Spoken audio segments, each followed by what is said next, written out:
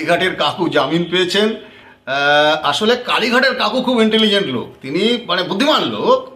এই কাকু কাকিমা ভাই ভাইপো পিসি পিসিমা, এই যে বৃহত্তর সংসার দুর্নীতির, সেখানে কালীঘাটের কাকু জামিন পেয়েছে। তা এটা হচ্ছে এক ধরনের রিটার্ন গিফট আর কি। 11 দিন মোহন ভাগবতজি মানে বিরাট একটা সম্মেলন টম্মেলন কী সব করলেন, তো তার একটা রিটার্ন গিফট আসতে হবে। তো দেখবেন ওই ভোট এসে গেছে, এখন এই দুর্নীতিগ্রস্ত যত নেতা আছে সব একদম বিরাট সৎ হয়ে যাবেন। আর আস্তে আস্তে এই প্রতিযোগিতামূলক ধর্মীয় মৌলবাদ তরজা এটা চলবে, যে দেখবেন কাকু এখন ভাল তবিতে ঘুরে বেড়ান। আমি জানি না এরপরে কাকু আবার তৃণমূল কংগ্রেসের কোনো বড় পদে যাবেন কিনা। কিছুদিন পরে দেখবেন অনুব্রত বাবু বাইরে চলে এসছেন কিছুদিন আগে, তারপর দেখলেন যে খাদ্যমন্ত্রী জেলের বাইরে। আসলে মানবাধিকার লঙ্ঘনটা ঠিক মানে বা স্বাস্থ্যর কারণ মানবাধিকার লঙ্ঘন, এটা কাকুর ক্ষেত্রে প্রযোজ্য হয়।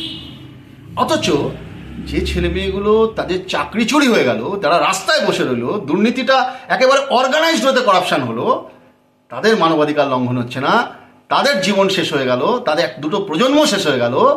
অথচ এই সিবিআই ইডি এবং রাজ্য সরকার যৌথ পরিকল্পনায়, এরা হচ্ছে আরএসএস এর ডিস্ট্যান্স লার্নিংয়ের ছাত্রছাত্রীরা, বিজেপি এবং তৃণমূল, তারা যৌথভাবে এই তদন্তটাকে দীর্ঘায়িত করলো।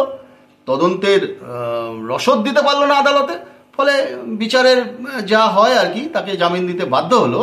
এবং প্রতিটা ক্ষেত্রে দেখবেন আরজি কর থেকে শুরু করে সমস্ত দুর্নীতিতে সিবিআই ইডি কার্যত আত্মসমর্পণ করছেন এবং তারা কোনো তদন্তের মেরিট প্রডিউস করছেন না, তথ্য প্রডিউস করছেন আদালতে। তাই দেখবেন প্রত্যেকটা জায়গায় জামিন দিতে বাধ্য হচ্ছে।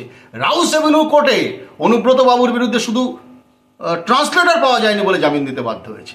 তাহলে এই জিনিসগুলো আরও বেশি পরিষ্কার হবে।